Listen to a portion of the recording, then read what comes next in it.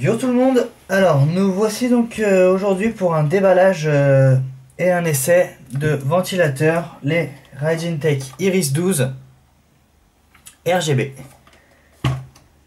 Alors comment se présentent les Ride On a ici donc le ventilateur avec des pales courbées, un bon nombre de pales, je les ai pas comptées. On a des pads anti-vibration, le tube à vis.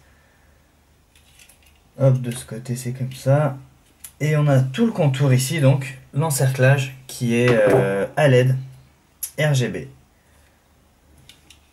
Pour ce qui est des connectiques, on a 4 pins. Hein. Donc c'est réglable en vitesse, tout ça. Et on a une connectique propre à eux. Donc une connectique personnelle qui se met dans leur boîtier. C'est pas des plus simples. C'est tout petit, c'est vachement renfoncé, mais on verra. Une fois mis, je les retirerai pas. Je pense qu'à jouer, retirer, mettre, ça doit pas être très fiable. Étant donné que le boîtier là, il est hyper léger, il n'y a pas grand chose. Il respire pas non plus la qualité, mais bon. Il sera caché, collé à l'intérieur du boîtier, je pense. Connecté à l'alimentation directement. Il permettra donc de gérer les LED. Bien faire attention à les mettre dans un certain ordre. Ils ont des modes qui se suivent. Et surtout, si on les met pas dans un certain ordre, il y a un certain bug. J'ai fait l'essai, il y a un bug où j'arrive plus à changer les couleurs. Il va se planter sur une couleur blanche.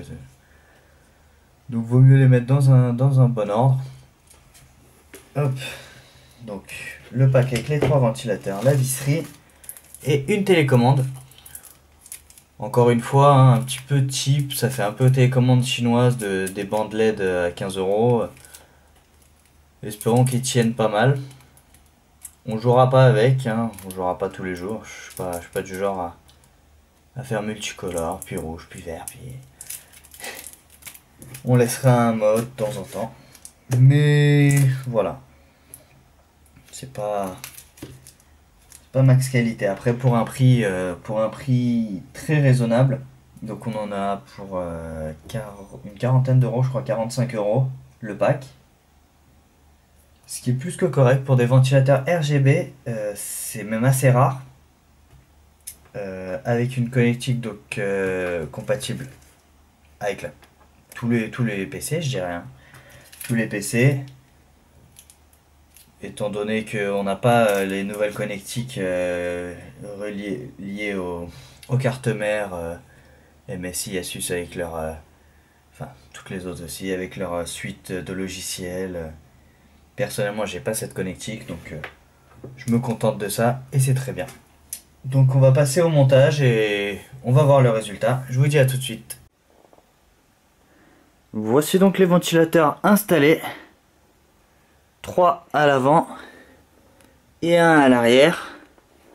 J'en profite pour vous montrer le mode que j'ai fait sur boîtier NZXT H440 avec petite fenêtre plexiglas à l'avant, peinture noire mat. Hop, enfin bref, on va allumer tout de suite.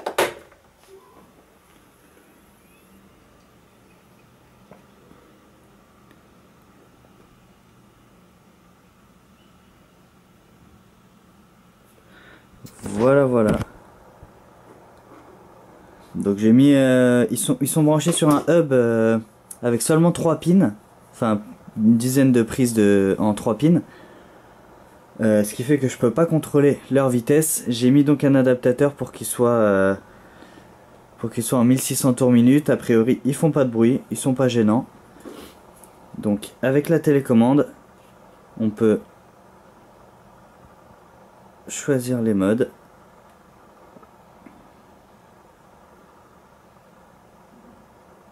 Donc on avait les couleurs fixes, on a les couleurs qui tournent.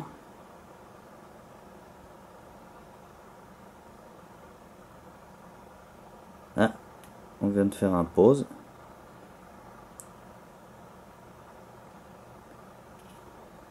Alors, je vais ralentir un peu la vitesse.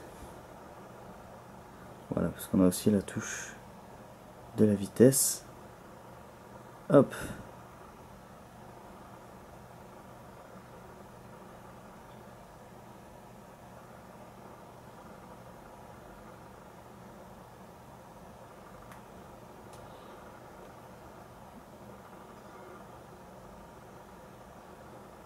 Le mode tuning de...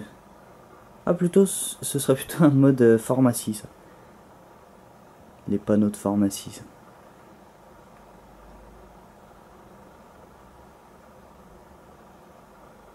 Ah, j'ai un petit souci.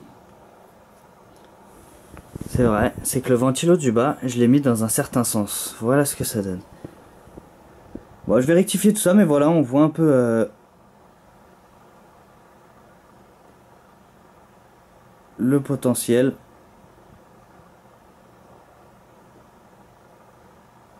On va regarder